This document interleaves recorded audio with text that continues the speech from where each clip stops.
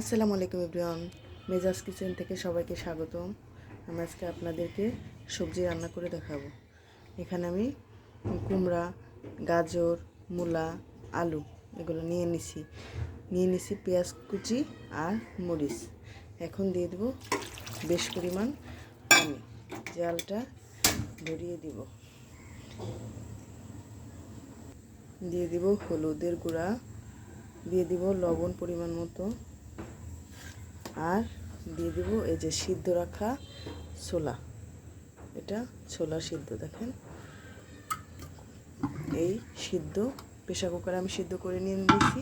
এখন এর ভিতরে দিয়ে দেব, দেখেন আমি এটা দিয়ে দিচ্ছি। এখন আমি নাড়িয়ে চাড়িয়ে, পানিটা আপনারা একটু বেশি করে দিবেন, কারণ আমি এটা একটু ভেজা ভেজা রাখবো, একটু বেশি রাখবো। এখন আমি ঢাকনা দিয়ে ঢেকে সিদ্ধ করে নেব। সবজিটা ভালো তুলে নাড়িয়ে চাড়িয়ে নেব।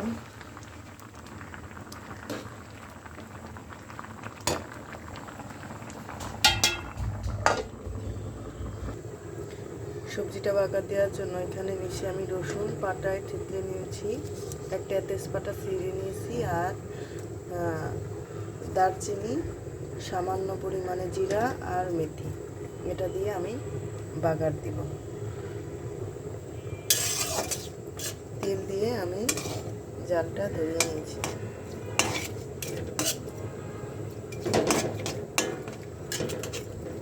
পাশে সবজি হতেছে, আর এখন সিদ্ধ হয়ে গেলেই আমি বাগারটা দিয়ে দেবো।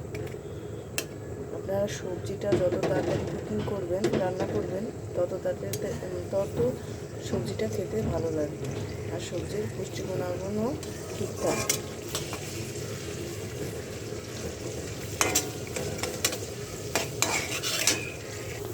দেখেন আমার ব্রাউন কালার চলে আসছে। এখন আমি সবজিটা দিয়ে দিব।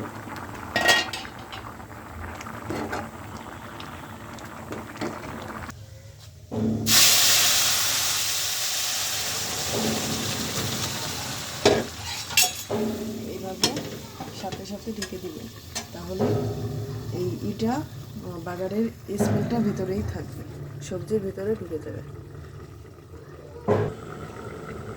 এখন আমি খুলে নাড়াচাড়া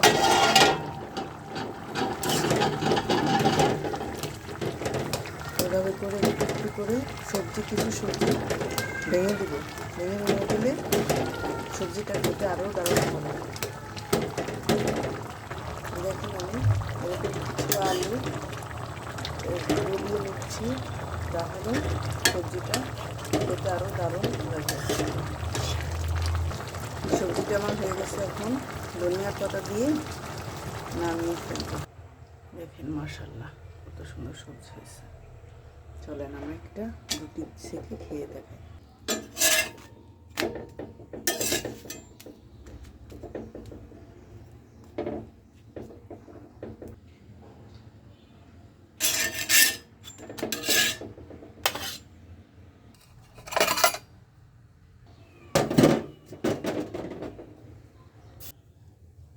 মাশাআল্লাহ দেখেন কি সুন্দর রুটির খাওয়ার সবজিটা। আপনারা এইভাবে একবার বাসায় ট্রাই করে দেখবেন।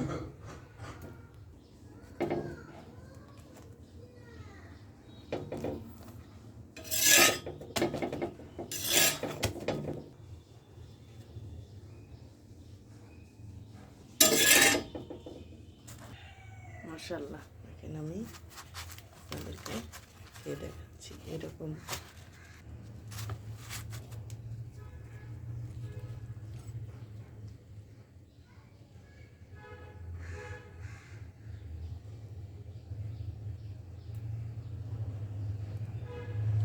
কি সুন্দর।